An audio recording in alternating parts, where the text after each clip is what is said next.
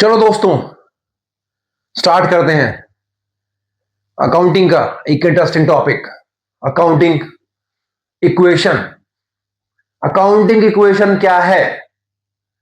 Accounting equation एक basic fundamental accounting formula है जो यह बताता है कि बिजनेस की असेट्स हमेशा लायबिलिटीज के बराबर होंगी। असेट्स क्या है, लायबिलिटीज क्या है, इसका मीनिंग हम बेसिक टर्मोलॉजी में पढ़ चुके हैं। यानी कि अकाउंट इक्वेशन क्या है? It is a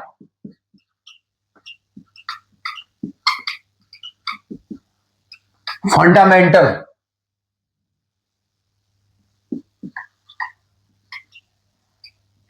formula of accounting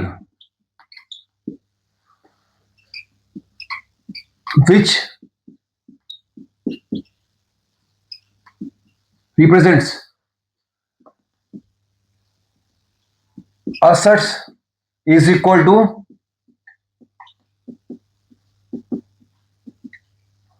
liabilities। यानी कि अकाउंटिंग इक्वेशन एक फॉर्मूला है जो ये बता रहा है कि आपकी असेट्स हमेशा लायबिलिटीज के बराबर होंगी। असेट्स क्या है?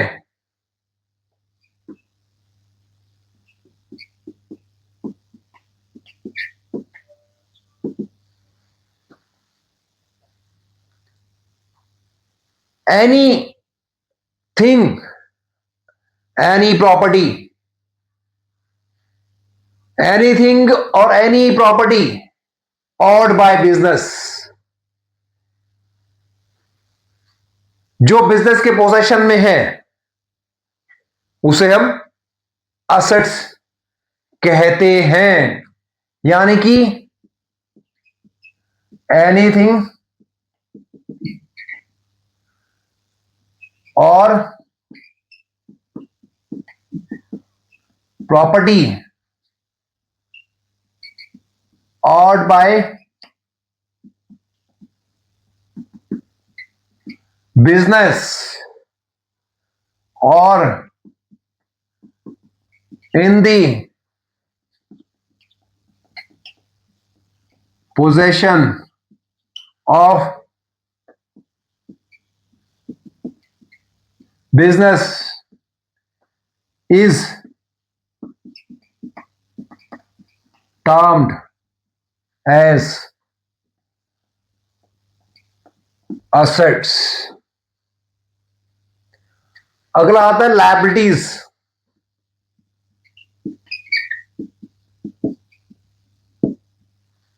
Liabilities means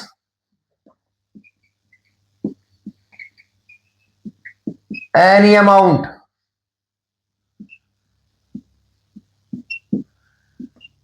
payable by business to others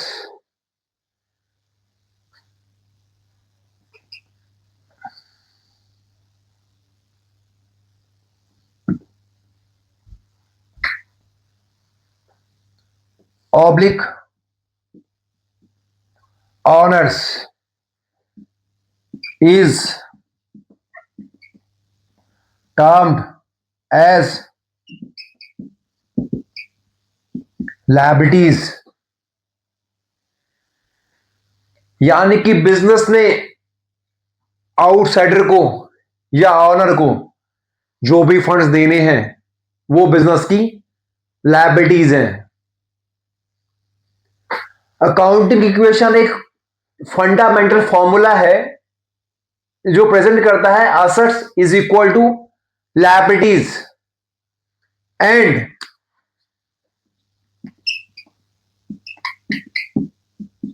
which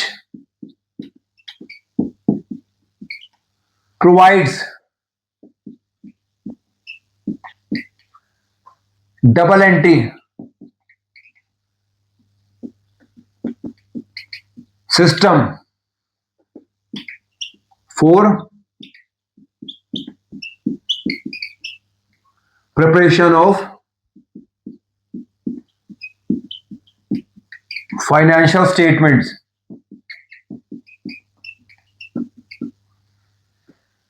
यानी कि अकाउंटिंग इक्वेशन एक फॉर्मूला है जो कहता है assets is equal to liabilities है, और जो ये बताता है कि अकाउंटिंग का हमेशा डबल इफेक्ट होगा, कोई भी ट्रांजैक्शन होगी उसका हमेशा डबल इफेक्ट होगा जो आपकी फाइनेंशियल्स को प्रेजेंट करने के लिए यूज होगा। एसेट्स के हमने बहुत सारे टाइप्स पढ़े थे, current assets, quick assets, fixed assets, fictitious assets, ऐसे लायबिलिटीज के बहुत सारे पार्ट्स हमने पढ़े। Current liabilities, long term liabilities, short term liabilities, capital of owner यानी कि कैपिटल। अगर इस फॉर्मूला को इलैबोरेट करें, assets is equal to liabilities, इसको कैसे लिख सकते हैं?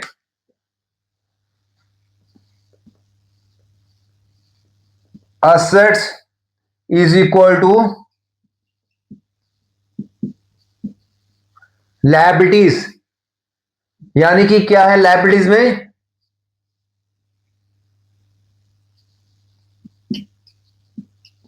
Outside oblique third party,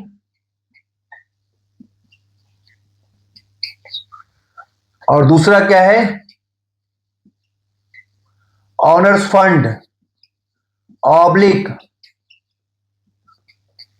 capital. यानी किसको कैसे लिख सकते हैं? और assets is equal to creditors plus capital. Creditor का मीनिंग हमने पढ़ा था टर्मोलॉजी में, any amount payable by business to third parties is termed as creditors.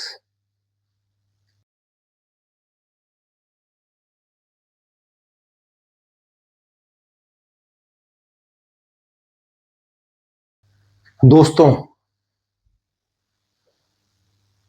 अभी अकाउंटिंग इक्वेशन के फॉर्मूले में हमने क्या पढ़ा? Accounting equation is a basic fundamental formula of accounting which tells assets is equal to liabilities, और जो assets is equal to liabilities हैं ये एक फंडामेंटल अकाउंटिंग सिस्टम के ऊपर डिपेंड करते हैं, और वो फंडामेंटल अकाउंटिंग सिस्टम है डबल एंट्री सिस्टम। अब क्या है डबल एंट्री सिस्टम? क्या है डबल एंट्री सिस्टम? एक अकाउंटिंग का एक गोल्डन फॉर्मूला है जो बताता है कि कभी भी बिजनेस में कोई भी ट्रांजैक्शन होगी तो उसके हमेशा दो इफेक्ट होंगे। हो सकता है कि दोनों इफेक्ट किसी चीज को बढ़ा रहे हो सकता है दोनों इफेक्ट किसी चीज को घटा रहे हो सकता है कि एक चीज बढ़ रही हो और एक चीज घट रही हो। यानी कि डबल एंट्री सिस्टम वो सिस्टम है जो बताता है एवरी अकाउंटिंग और business transaction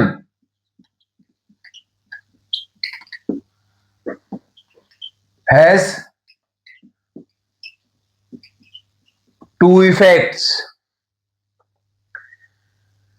whether increasing both side, whether decreasing both side, whether increasing और डिक्रीजिंग सेम साइड। कोई भी ट्रांजैक्शन होगी उसका हमेशा दो इफेक्ट होंगे। और बिजनेस ट्रांजैक्शंस क्या हैं हम पहले ही पढ़ चुके हैं।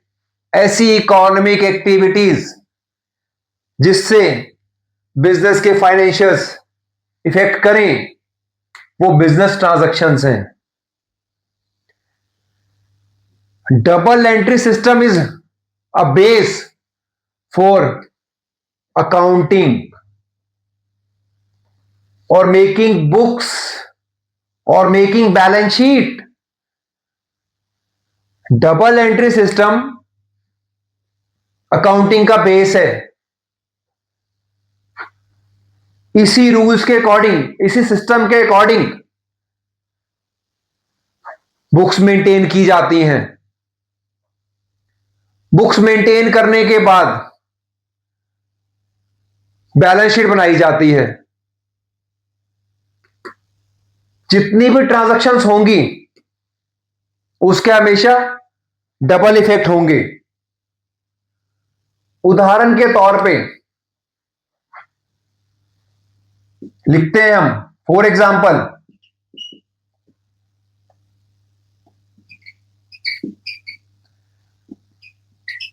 Ram has started business by investing rupees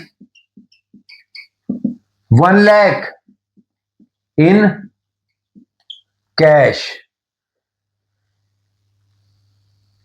Ram ने बिजनेस स्टार्ट किया 1 लाख रुपए इन्वेस्ट करके।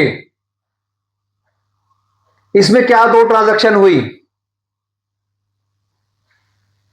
अगर बिजनेस के पर्पस से देखें,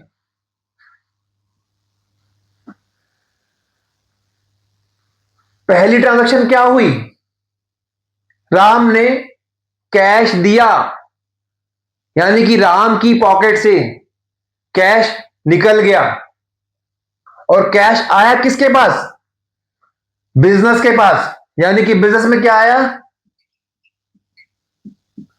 कैश प्लस हो गया।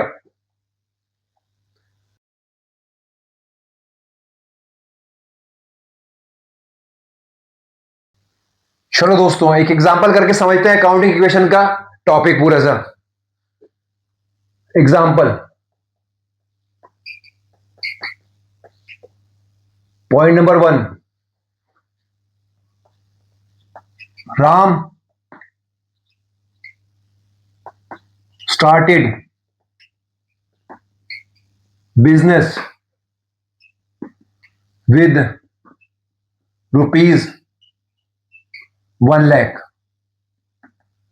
Number 2,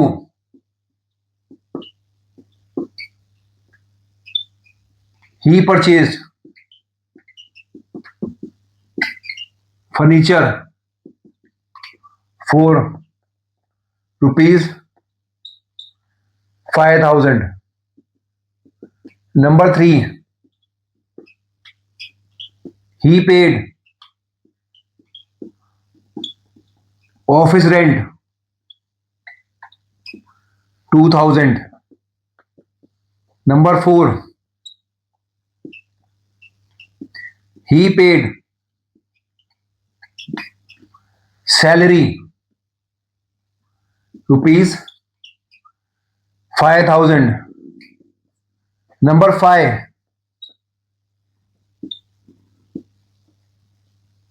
he purchased goods rupees 10,000। Show effect of above as per accounting equation। Simple सा एग्जांपल है, राम ने बिजनेस स्टार्ट किया, 1 लाख रुपए लगाए। उस 1 लाख रुपए को लगाने के बाद उसने फर्नीचर परचेज किया, फिर उसने ऑफिस का रेंट दिया, ऑफिस जो स्टाफ रखा हुआ था उसको सैलरी पे करी, गुड्स खरीदे 10,000 रुपए के। हर चीज का इफेक्ट बताओ। अभी नॉर्मली हम देखते हैं, एक बार जब बिजनेस में आया होगा, जब कैश लगाया होगा 1 लाख रुपए का, तो ट्रांजैक्शन क्या हुई होगी? बिजनेस के पास कैश आया, और कैश किस फॉर्म में आया? In the form of capital आया। Any amount invested by the owner in the business is called capital and it is a liability of business। अगला कहता है फर्नीचर परचेज किया 5,000 रुपए का।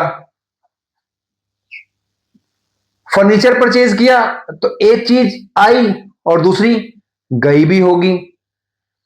जब कभी हम कोई चीज खरीदते हैं, किसी चीज को खरीदने के लिए दो मेथड होते हैं, एक तो कैश में ले लें, दूसरा उधार में ले लें। जब कैश में लेंगे, जो चीज खरीदी वो हमारे पास आएगी, और कैश पे करेंगे तो कैश हमारे से जाएगा। यानी कि ट्रांजैक्शन क्या होगी? क्या खरीदा हमने? फर्नीचर। फर्नीचर क्या हुआ? प्लस हुआ। गया क्या इसके बदले में हमारे से? कैश। कैश क्या हुआ? माइनस हुआ। अगला वो कहता है पेड ऑफिस रेंट। रेंट क्या है हमारे लिए? रेंट क्या है हमारे लिए? खर्चा। Any amount spent by business.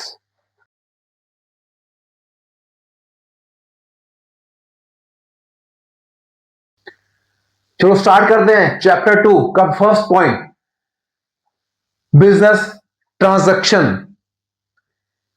Business transaction एक ऐसी फाइनेंशियल एक्टिविटी या इकोनॉमिक एक्टिविटी है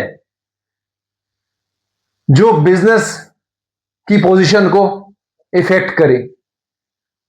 मींस बिजनेस ट्रांजैक्शन वो ट्रांजैक्शन है जिससे बिजनेस की वर्थ इफेक्ट करे।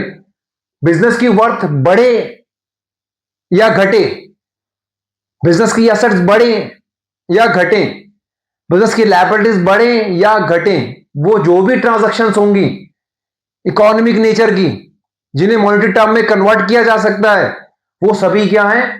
Business transactions.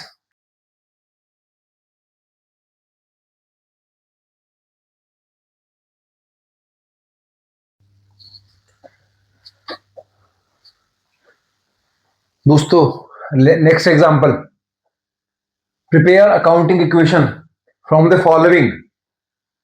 Started business with cash 1 lakh, purchase goods for cash rupees 10,000, purchase goods on credit rupees 10,000, sold goods costing 15,000 for rupees 20,000 for cash and costing 5,000 for 10,000 on credit। पहले देख लेते हैं इनका double effect कहां कहां आता है। पहला, सेम कैश लगाया बिजनेस में, बिजनेस के पास क्या आया होगा? कैश। दूसरा कैपिटल, यानी कैश है प्लस और कैपिटल में plus, assets is equal to liabilities. अगला आता है purchase goods for cash. Cash में गुड्स परचेज किए होंगे तो स्टॉक आया होगा, यहां से कैश दिया होगा। एक चीज आई और एक चीज गई, यानी कि दोनों तरफ असेट्स पे इफेक्ट आया। अगला purchase of goods on credit, stock तो आ गया, स्टॉक तो आया, लेकिन खरीदने के लिए हमने कैश पे नहीं किया, अभी पे नहीं किया तो हमने अभी उसको पैसा देना है, और जिसको पैसा देना है वो क्या बन गए बिजनेस के क्रेडिटर्स, और क्रेडिटर्स क्या होते हैं लायबिलिटीज, यानी क्या आ जाएगा यहां पे क्रेडिटर्स लायबिलिटीज में आ गए, प्लस हो गए। कहते हैं मटेरियल खरीदा हमने 10,000 रुपए का एक बार, 10,000 रुपए का एक बार, 10 और 10 20,000 रुपए, 20 में से कहते हैं 15,000 रुपए का मटेरियल 20,000 रुपए का बेच दिया, एंड उसके बाद 5,000 रुपए का जो मटेरियल बचा था उसे 10,000 रुपए में बेच दिया। दो एंट्रियां बनी, दोनों का इफेक्ट कहां कहां आएगा, दोनों का इफेक्ट कहां कहां पर आएगा ये देखना पड़ेगा। अगला पॉइंट है sold goods costing 15,000 for rupees 20,000, stock कितने से गया, कॉस्ट कितनी है उसकी 15,000, यानी कि स्टॉक हुआ माइनस 15,000 रुपए का, कैश में सेल किया, कैश कितना आया 20,000 रुपए। हमेशा कहा गया assets is equal to liabilities, stock गया 15,000 रुपए का, कैश आया 20,000 रुपए का, 5,000 रुपए का डिफरेंस आया, वो जो डिफरेंस है वो हमारा प्रॉफिट है, उससे क्या बढ़ेगा कैपिटल प्लस में 5,000 रुपए। क्या कहा उसने गुड्स कॉस्टिंग 15,000 रुपए, सोल्ड 20,000। हमने क्या पढ़ा था excess of income over liabilities is called profit. Income कितनी है 20,000 रुपए, एक्सपेंस कितने हैं 15,000 रुपए, यानी कि 20,000 रुपए माइनस 15,000, 5,000 क्या है आपका ये प्रॉफिट।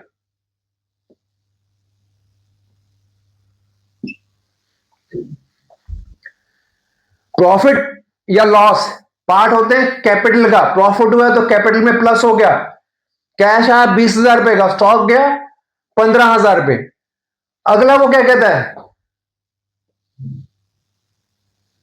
कह रहे गुड्स कॉस्टिंग 5,000, टोटल परचेज किया था 10 और 10 20,000 रुपए का, उसमें से 15,000 गुड्स ये बेच दिए, बैलेंस बचे गुड्स 5,000 रुपए के, 5,000 के गुड्स कितने बेचे 10,000 रुपए ऑन क्रेडिट, यानी कि क्या हुआ यहां से स्टॉक माइनस हुआ 5,000 रुपए का, क्रेडिट बेचे हैं तो उससे पैसे लेने हैं, लेने हैं तो हमारे क्या बन गए वो सन्ड्री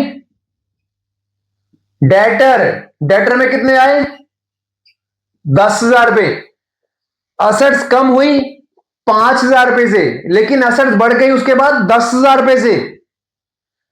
सेम इसी तरह से कॉस्ट और सेल, सेल वैल्यू 10,000 रुपए, कॉस्ट वैल्यू 5,000 है, प्रॉफिट कितना हुआ 5,000 रुपए, यानी कि 10,000 minus 5,000 is equal to 5,000 profit.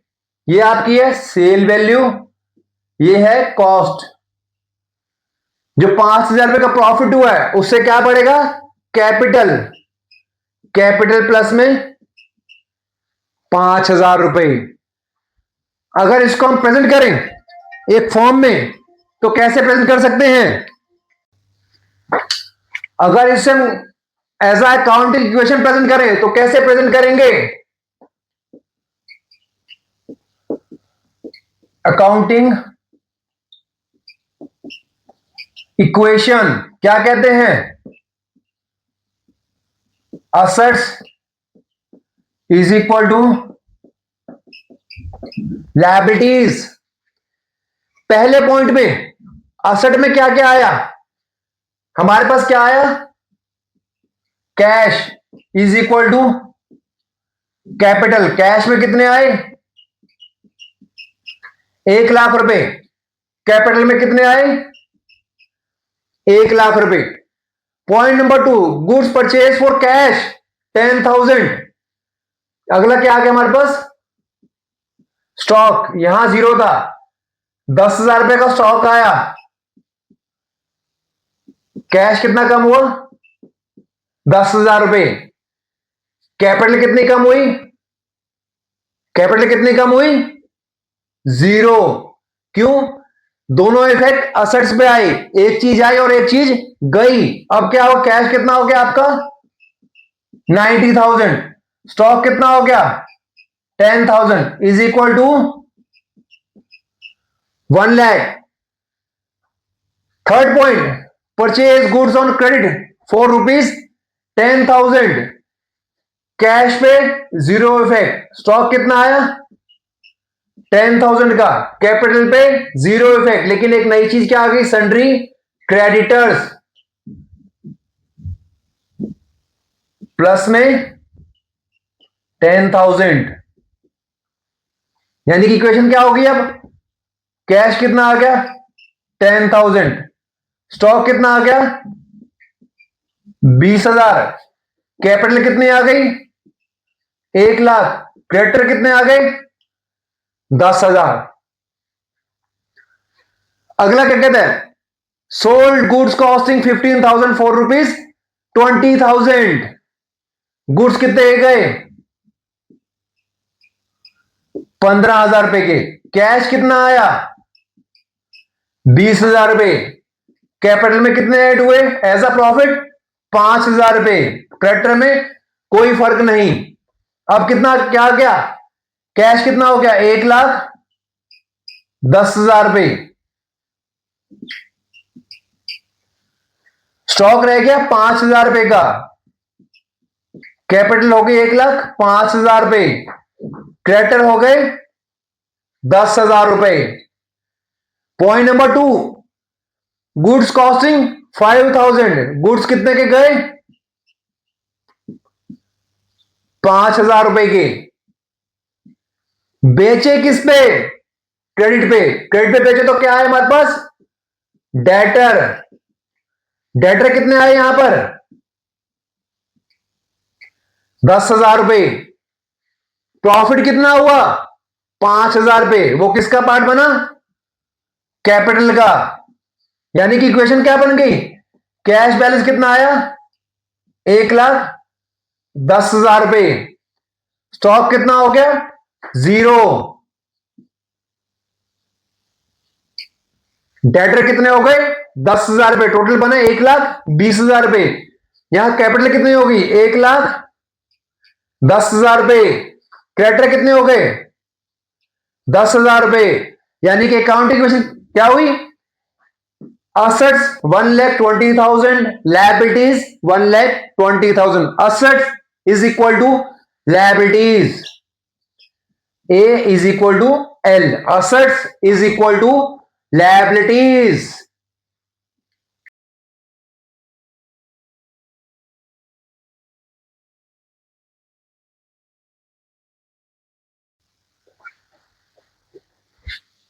एक और एग्जांपल करते हैं, show the effect of following on assets, liabilities and capital. Normally बना लेते हैं पहले की तरह, एक बार देखते हैं रफली। स्टार्टेड बिजनेस विद कैश, यानी कि क्या आया कैश आया। दूसरा क्या आया कैपिटल आई, कितने से 50,000 रुपीज से। कमीशन रिसीव्ड, कमीशन रिसीव करेंगे तो कैश आया कितने का 10,000 का। कमीशन अपने आप में एक इनकम है, और कोई भी इनकम होगी वो कैपिटल को इंक्रीज करेगी, यानी कि इससे क्या बढ़ेगी, कैपिटल बढ़ेगी।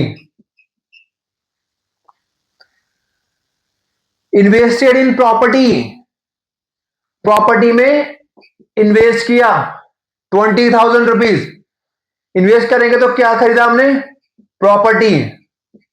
प्रॉपर्टी कितने की आई, 20,000 रुपए। पे क्या किया होगा, कैश, 20,000 रुपए। प्रॉपर्टी आई, कैश गया। रेंट रिसीव, रेंट रिसीव करेंगे, क्या आएगा हमारे पास, कैश। रेंट एक इनकम है, इनकम है तो प्रॉफिट बनेगा, प्रॉफिट बनेगी तो कैपिटल बढ़ेगी। यहां से कैश बढ़ा और यहां से कैपिटल बढ़ गई।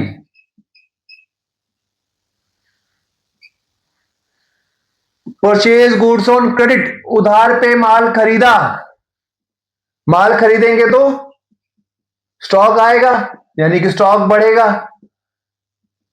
पेमेंट करेंगे तो कैश जाएगा, लेकिन हमें उधार पे खरीदा है तो क्या बनेंगे, क्रेडिटर्स। यहां से क्रेडिटर्स बढ़ गए। Goods purchase in cash, cash में गुड्स खरीदे, यहां पे स्टॉक आया। स्टॉक कितने का आया, 15,000 रुपए। गया क्या, कैश, क्यों कैश में खरीदे हैं।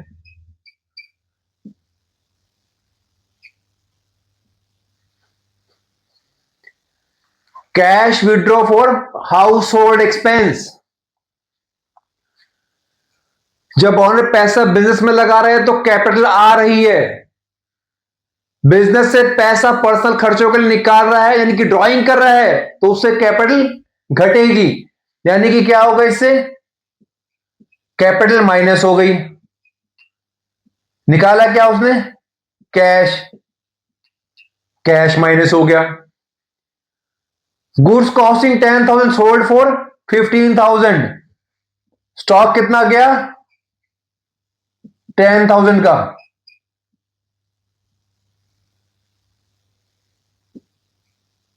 कैश कितना आया, 15,000 का। प्रॉफिट कितना हुआ, 5,000 रुपए। कैपिटल बढ़ गई 5,000 रुपए से। 10,000 रुपए की चीज 15,000 रुपए में बेची। Cash paid to creditors, creditor minus हुए 5,000 रुपए के, यहां से कैश भी माइनस हुआ 5,000 रुपए। बैंक में डिपॉजिट किया 2,000 रुपए, बैंक ऐड हुआ 2,000 रुपए का, कैश माइनस हुआ 2,000 रुपए का। सॉल्यूशन में कैसे लिखेंगे, assets is equal to liabilities,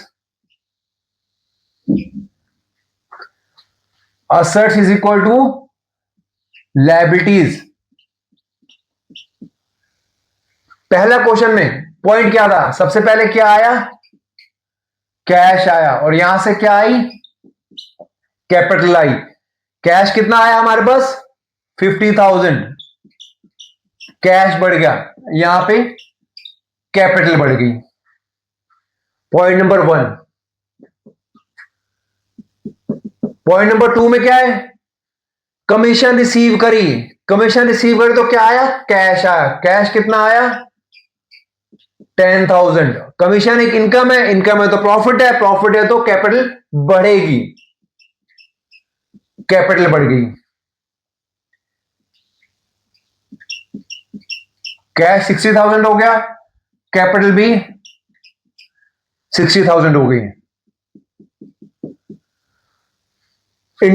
invested in property 20,000 रुपए, प्रॉपर्टी में इन्वेस्ट किया तो क्या आया हमारे पास, प्रॉपर्टी। कितने की आई प्रॉपर्टी, कैश कितना गया, कैपिटल पे नो इफेक्ट, कैश कितना आ गया 40,000, प्लस में प्रॉपर्टी कितनी आ गई 20,000 और कैपिटल कितनी आ गई 60,000। रेंट रिसीव्ड ₹5,000, रेंट रिसीव किया तो क्या आया कैश। इसके ऊपर जीरो इफेक्ट प्रॉपर्टी पे कैश इनकम आई है, इनकम से प्रॉफिट बढ़ा, प्रॉफिट बढ़ेगा तो कैपिटल इंक्रीज हुई, यानी कि अब कैश कितना हो गया 45,000 प्लस में प्रॉपर्टी हो गई 20,000 is equal to capital 65,000। Purchase goods on credit, उधार में गुड्स खरीदे, गुड्स खरीदेंगे तो क्या आया स्टॉक। उधार में खरीदे तो इससे कुछ कैश में कोई फर्क नहीं पड़ेगा, प्रॉपर्टी में भी कोई फर्क नहीं पड़ा। स्टॉक कितना आ गया 5,000 का।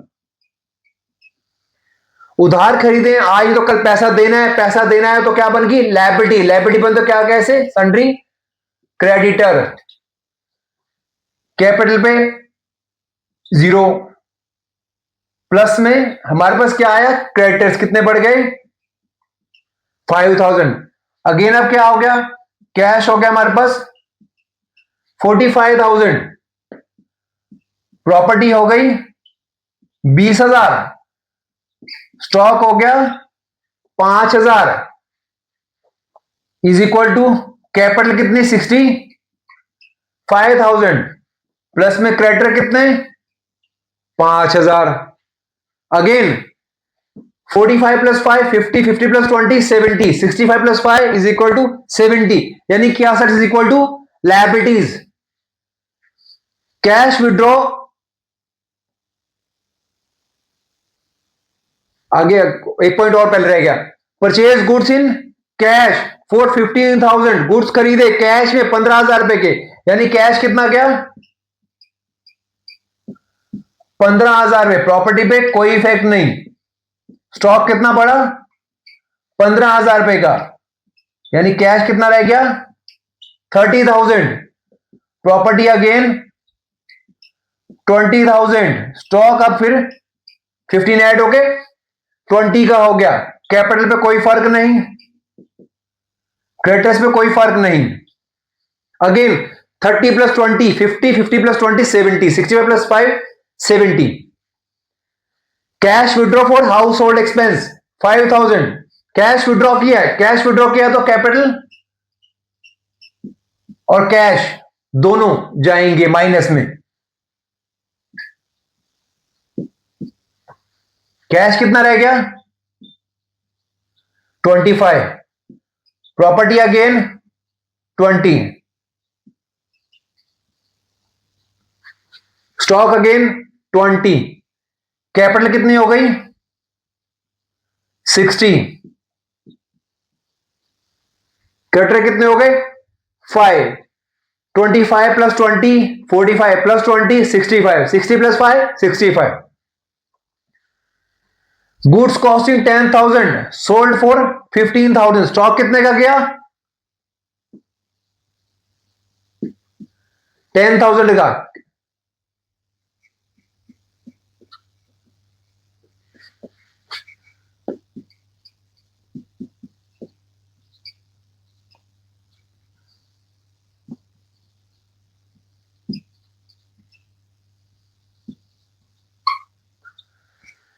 स्टॉक कितने गया 10,000, कैश कितना आया 15,000। 10,000 रुपए की चीज 15,000 में बेची, 5,000 रुपए क्या हुआ प्रॉफिट, प्रॉफिट बढ़ा तो कैपिटल इंक्रीज हो गई। अब क्या हो गया कैश कितना हो गया 40,000, प्रॉपर्टी अगेन सेम 20,000, स्टॉक आपके पास 10,000 का हो गया, capital 65,000, creditor 5,000, 40 plus 20 60 plus 10 70, 65 plus 5 70, यानी कि assets is equal to liabilities. Cash paid to creditors, creditors को कैश पे किया कितना 5,000 रुपीज, कैश कितना गया ₹5,000। क्रेडिटर कितने गए? ₹5,000। अब कैश कितना रह गया? 35। Property again same 20। Stock again 10,000। Capital again 65। और क्रेडिटर सब क्या हो गए? 0। क्रेडिटर सब हो गए 0। Cash deposited into bank, bank में डिपॉजिट किया, यानी कैश यहां से माइनस हो गया, आ कहां गया? बैंक में। 0 + 0 प्लस में 5,000। कैश कितना हो गया आपके पास? 30,000। ये 20,000 रहा। प्रॉपर्टी 10,000 प्लस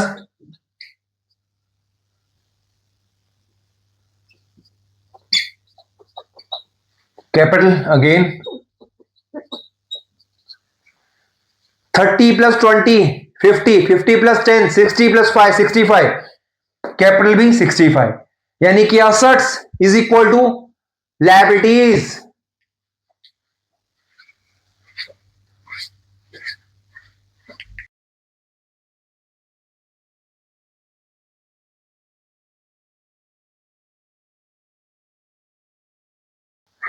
एक एग्जांपल और करते हैं।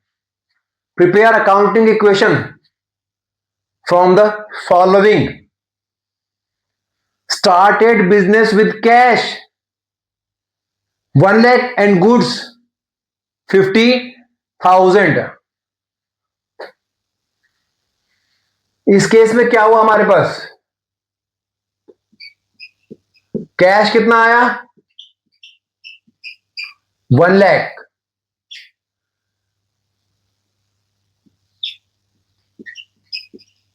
गुड्स कितने आए? 50,000। यानी कैपिटल कितनी आई? 1,50,000। 50% of goods sold to Ram on credit at 20% profit. Total goods कितने हैं?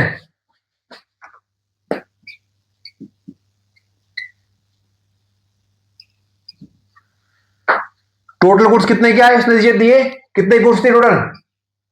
50,000 के।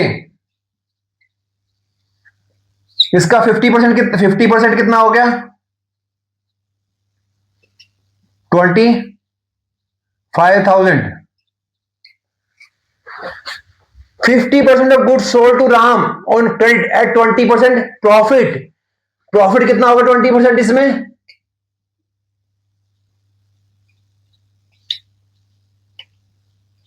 यानी कि सेल कितने में किए? 30,000 में। स्टॉक कितना गया? सॉरी, स्टॉक कितना गया? 25,000। उधार बेचे तो डेटर, डेटर कितने क्या है? 30,000 के। डिफरेंस आ गया बैलेंस शीट में। 25,000 वाली चीज कितने में बेची? 30,000 में। यानी क्या हुआ? प्रॉफिट। प्रॉफिट कितने का हुआ? 5,000 रुपए का। यानी कि उससे क्या होगा? कैपिटल बढ़ेगी। कितने से? 5,000 रुपए से। Balance goods sold for 30,000। Balance goods कितने बचे? 25 के। बेचे कितने के? 30,000 रुपए के। यानी कि स्टॉक कितना गया?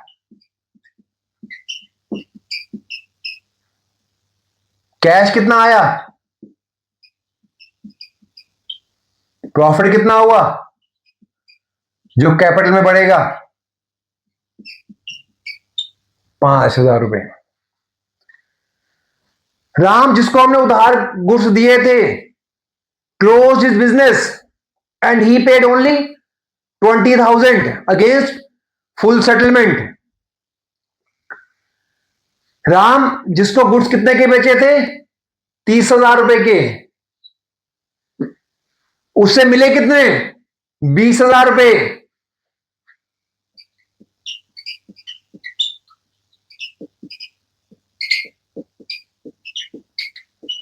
गुड्स सोल्ड टू राम 30,000, यानी कि क्या था ये हमारा, ये डेटर। इसने कितने दिए? कैश रिसीव्ड 20,000, बैलेंस कितना बच गया?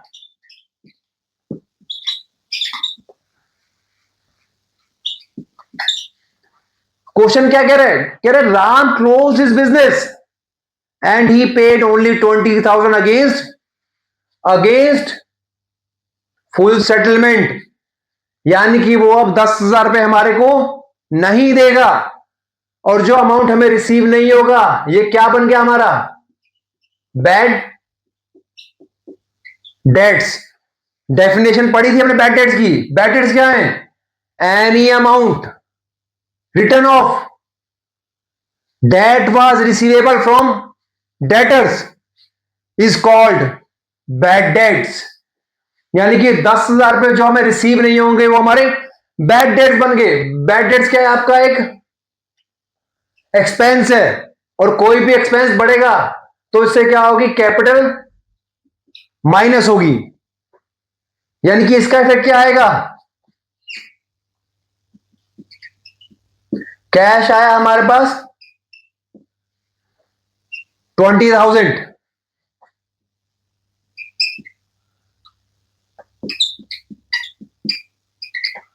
डेटर माइनस हुए 30,000, कैपिटल माइनस हुई 10,000। अगर इसको अकाउंटिंग इक्वेशन में लिखे तो कैसे लिखेंगे? Assets is equal to liabilities. पहले पॉइंट में असेट्स में क्या क्या आया?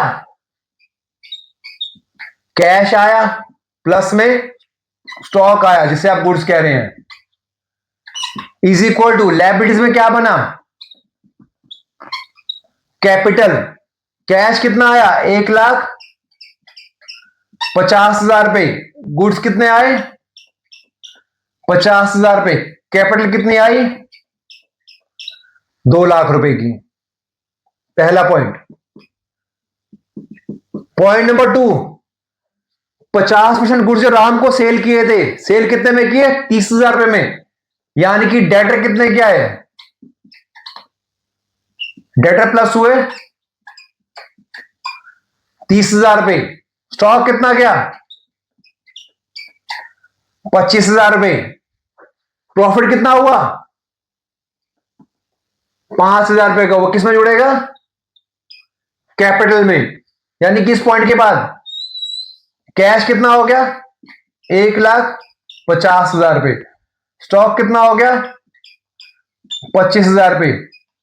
डेटर कितने हो गए? 30,000 रुपए। कैपिटल कितनी हो गई? 2,05,000 रुपए। 150 plus 30 180, 180 plus 25 205 and 205। Assets is equal to liabilities. Point number 3, balance goods sold for ₹30,000, यानी कि गुड्स कितने के बचे थे? बैलेंस 25 के। स्टॉक कितना गया? 25। कैश कितना आया? 30,000।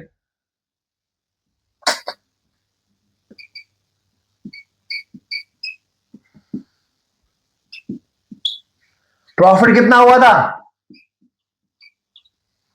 5,000 रुपए का। कैश कितना हो गया? अब 180। स्टॉक कितना हो गया? नील। डेटर अभी भी कितने हैं? 30,000। कैपिटल कितनी हो गई?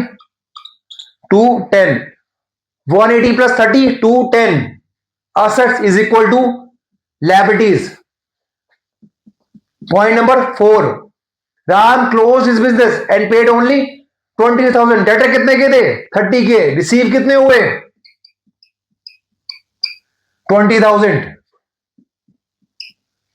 डेटर कितने गए?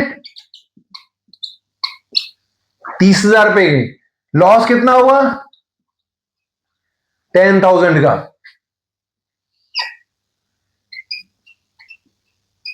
कैश कितना हो गया? 2 lakh. Stock nil, debtor nil, capital 2 lakh.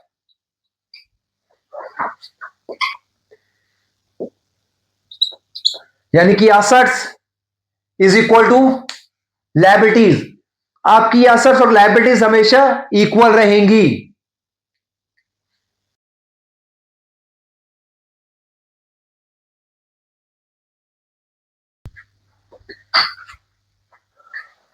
एक एग्जांपल और करते हैं। क्वेश्चन कहता है give example of each of the following transaction. Number 1,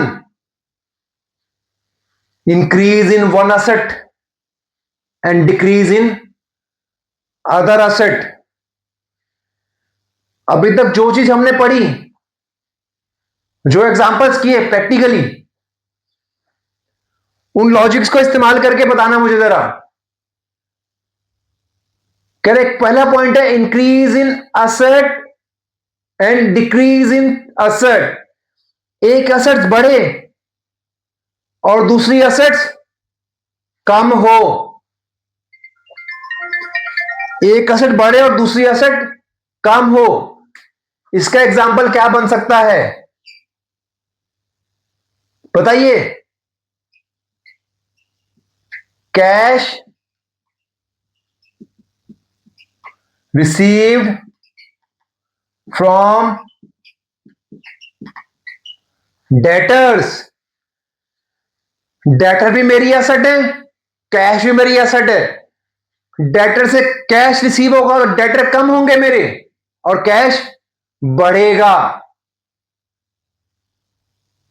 debtor से कैश रिसीव हुआ, कैश इंक्रीज हुआ, डेटर्स मेरे रिड्यूस हो गए।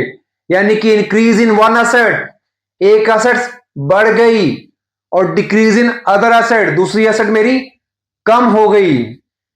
इसी का एक एग्जांपल और देख लें। क्या हो सकता है? Cash deposited in bank account. Cash रखा है, उसको बैंक अकाउंट में डिपॉजिट करेंगे। बैंक भी मेरी एसेट है, कैश भी मेरी एसेट है। कैश बैंक में जमा होगा तो कैश कम हो जाएगा हमारे पास और बैंक बैलेंस बढ़ जाएगा। यानी कि ये भी एग्जांपल किसका है? Increase in one asset and decrease in other asset. दूसरा पॉइंट आता है increase in assets and increase in liabilities. Assets भी बढ़ रही हैं और लायबिलिटीज भी बढ़ रही हैं। एसेट्स कब बढ़ेंगी? जब एसेट्स को खरीदेंगे। लायबिलिटीज कब बनेगी या कब बढ़ेंगी? जब एसेट्स को उधार में खरीदेंगे। यानी कि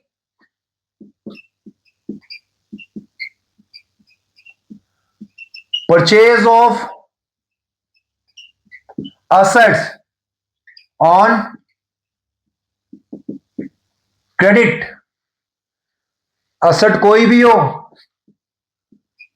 चाहे वो फिक्स एसेट हो, चाहे वो करंट एसेट, जिसे हम क्या कहेंगे स्टॉक, चाहे स्टॉक हो आपका। अगर आता है increase in assets, increase in assets and increase in liabilities.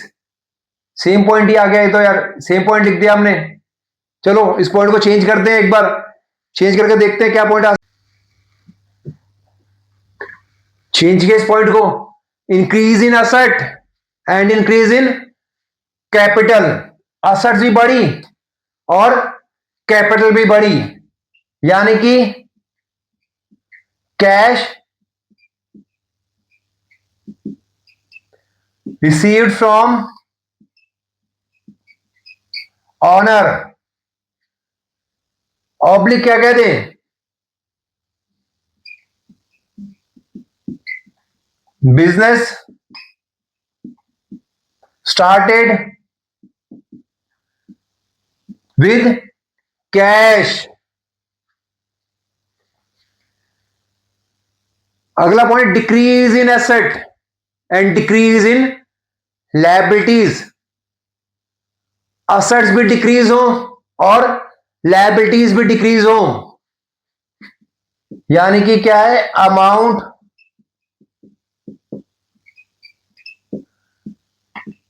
Paid to creditors, comma drawing by owner. अगला one, decrease in assets, decrease in capital. Assets भी डिक्रीज हो और कैपिटल भी डिक्रीज हो।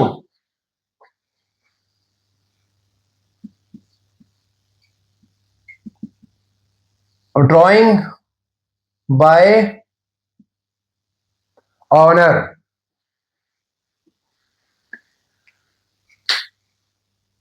इन्हीं पॉइंट्स के ऊपर बेस्ड है पूरा अकाउंटिंग इक्वेशन आपका।